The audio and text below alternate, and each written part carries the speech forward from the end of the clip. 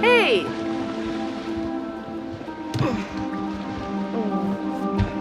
Oh, sorry. Connie, this is Alex. Hey, What's up, man? Conrad. good to finally meet you, Conrad. I think when we initially find Conrad, the audience might be a little bit taken aback. Where's the old crust bucket skipper anyhow?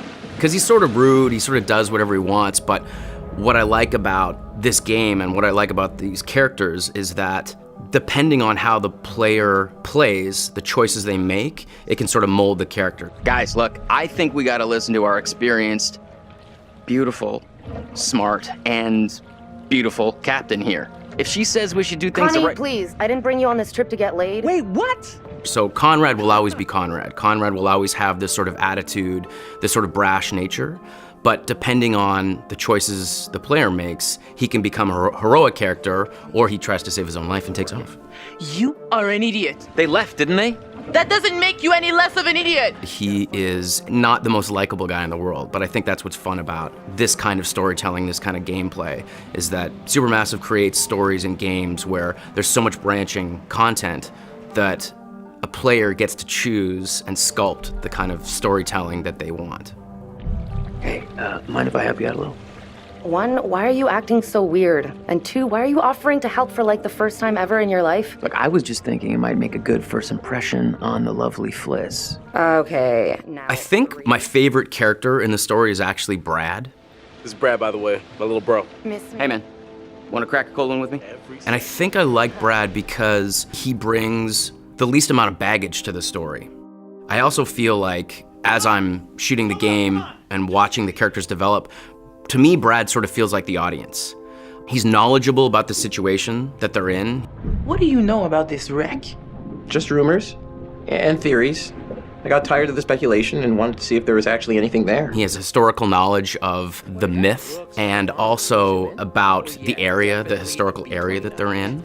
During World War II, they built these suckers to cruise at the highest altitude possible while maintaining the ability to carry nuclear warheads.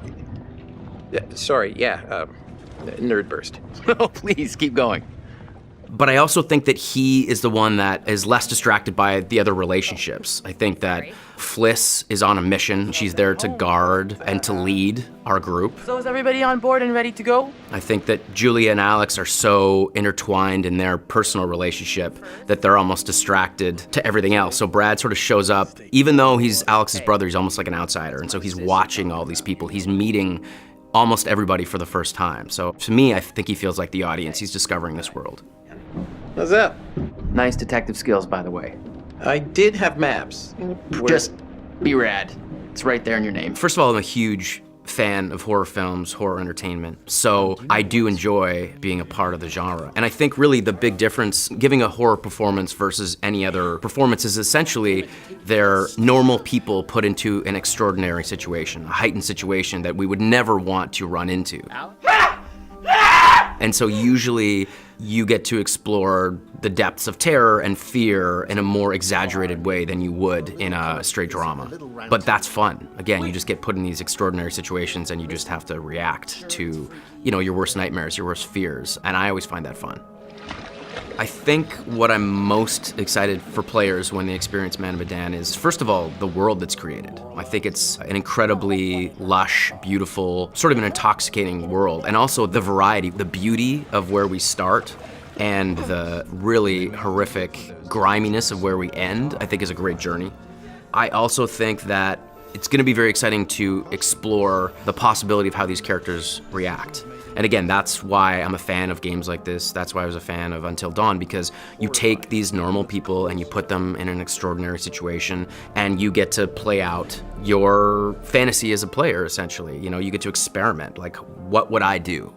And I think that each character is relatable. And so when you're making these decisions, when you're choosing the fate of these characters or how they will potentially explore this world, you're really asking yourself as the player, what would I do?